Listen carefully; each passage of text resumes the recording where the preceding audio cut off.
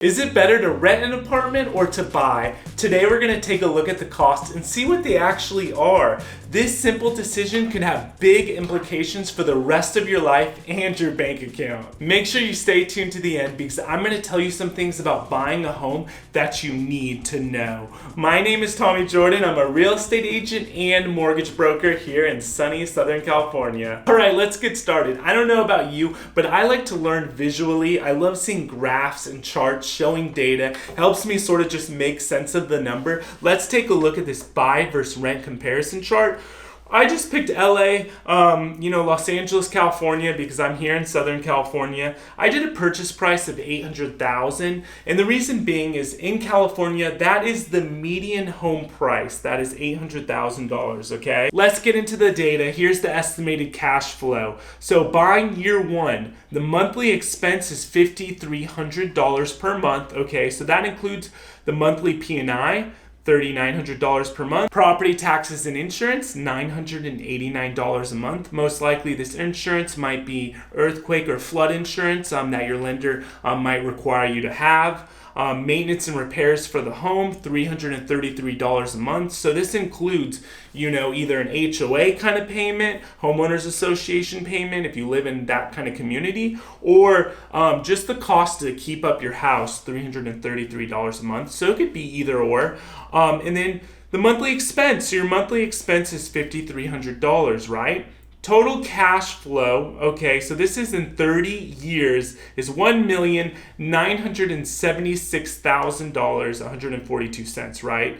So let's look at rent year one, okay? So rent year one is $3,400, property tax insurance $51. So your monthly expenses are a lot lower, right? At $3,400 a month versus $5,300 per month. Look at rent year 30. This is the crazy thing, guys. Your rent in 30 years is $13,830. Okay, that's mind-blowing. So the estimated cash flow is almost $7 million versus $1.9 million, okay? So that's a $700,000 cash flow difference you see right here. And a lot of people, don't really factor that in, right? Yes, owning a house could cost more per month with having additional cost, but the nice thing about a mortgage payment and a fixed rate loan is you're paying the same mortgage payment every single month, even in 30 years, even as inflation goes up, right? And the cost of living goes up.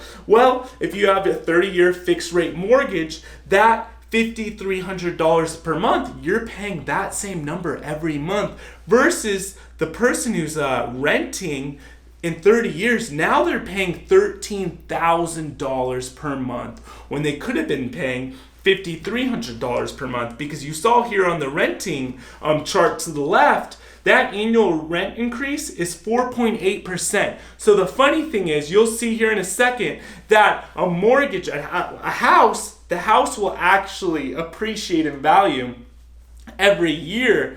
But if you're renting, you're basically making that landlord rich, and his asset, the house, is going up in value while you're paying the mortgage, the not fun part. So we could see appreciation gain, $3.2 million, and that's what I was telling you about. The appreciation gained if you bought an $800,000 house in 30 years, and by the way, this is off historical appreciation of an average of 5.5% a year.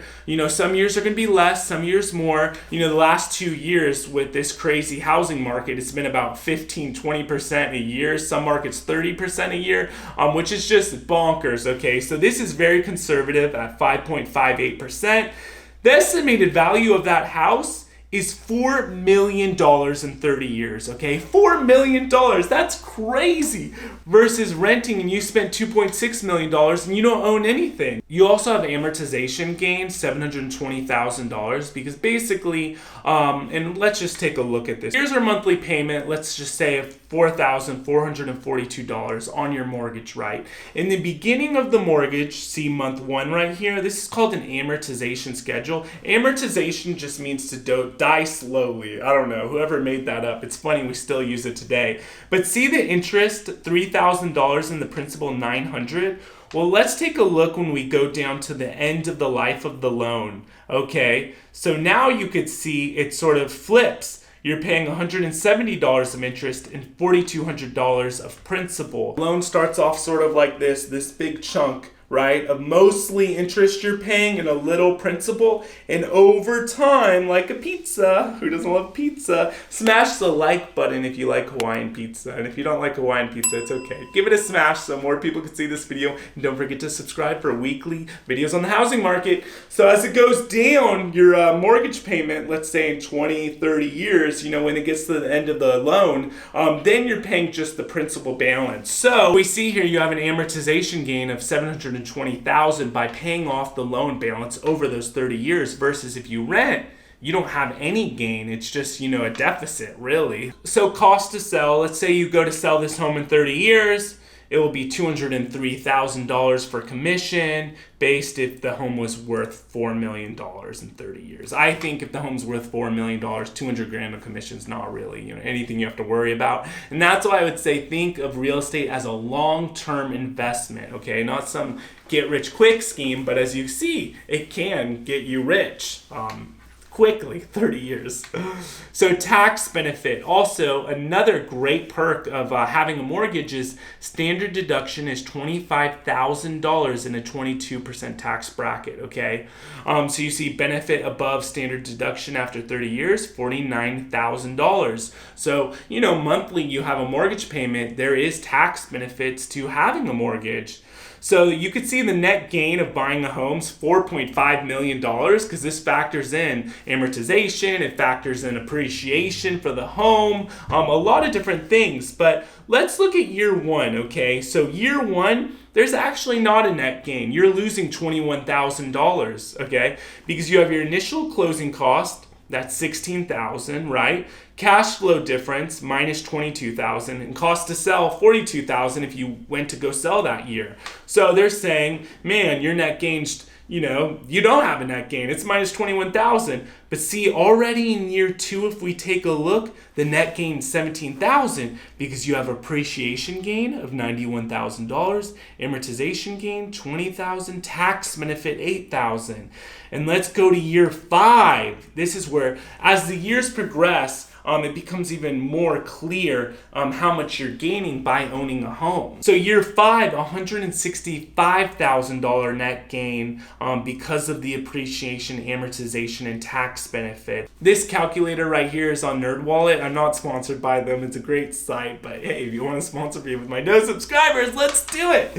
So rent versus buy, what's right for you? Look over to the right real quick. Ignore the stuff on the left. $800,000, down payment $80,000, mortgage interest rate. So I picked the similar data that we just used on the other chart to make it easy. What I like about this chart over here on the left is, look, it includes property taxes.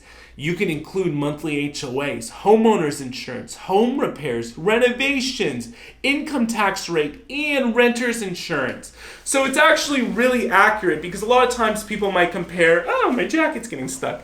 People can compare owning a home and renting a home, but they don't include all of this other data that gives you the true cost. But we like to keep it real here.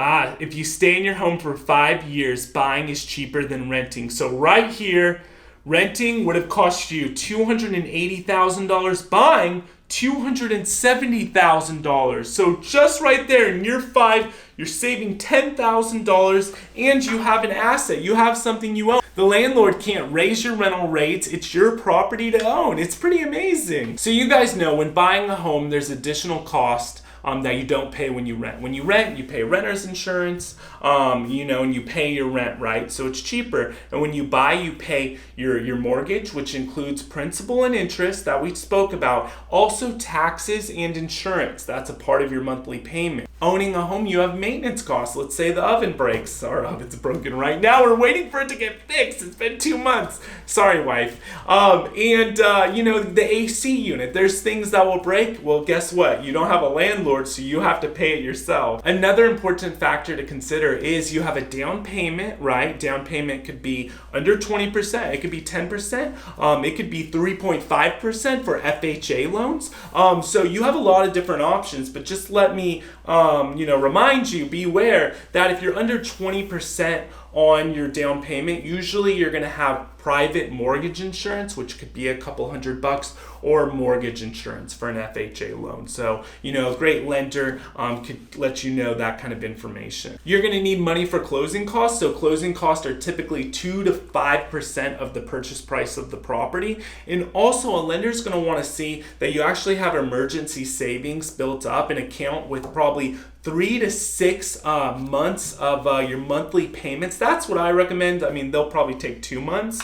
Most loan programs. I recommend 3 to 6 months of your monthly expenses in an account, just in case a rainy day, you lose your job, whatever happens, life changes, but you'll still be able to make your payments. Is buying better than renting? Well, yeah, of course. I mean, just looking at those charts, you could clearly see the financial benefits from buying a home versus renting, but it might not be a right fit for you right now with your financial situation. So if you don't have money saved up for an emergency savings account, or for the down payment, there are down payment assistant programs, just letting you know, or just for the closing costs. So you have to sort of make a budget, figure out how much of a house you could afford, because the worst thing ever would be to get something you can't afford and then lose your house, and that would just be awful. I would recommend, if you're buying a home right now, plan to own for 7 to 10 years. So say if the market does take a dip, if prices do fall, you're not going to be upside down on the house when you sell it. So look at it as a long-term investment to be safe. If you need help financing in California, my team and I, we would love to help you out. My contact information is below.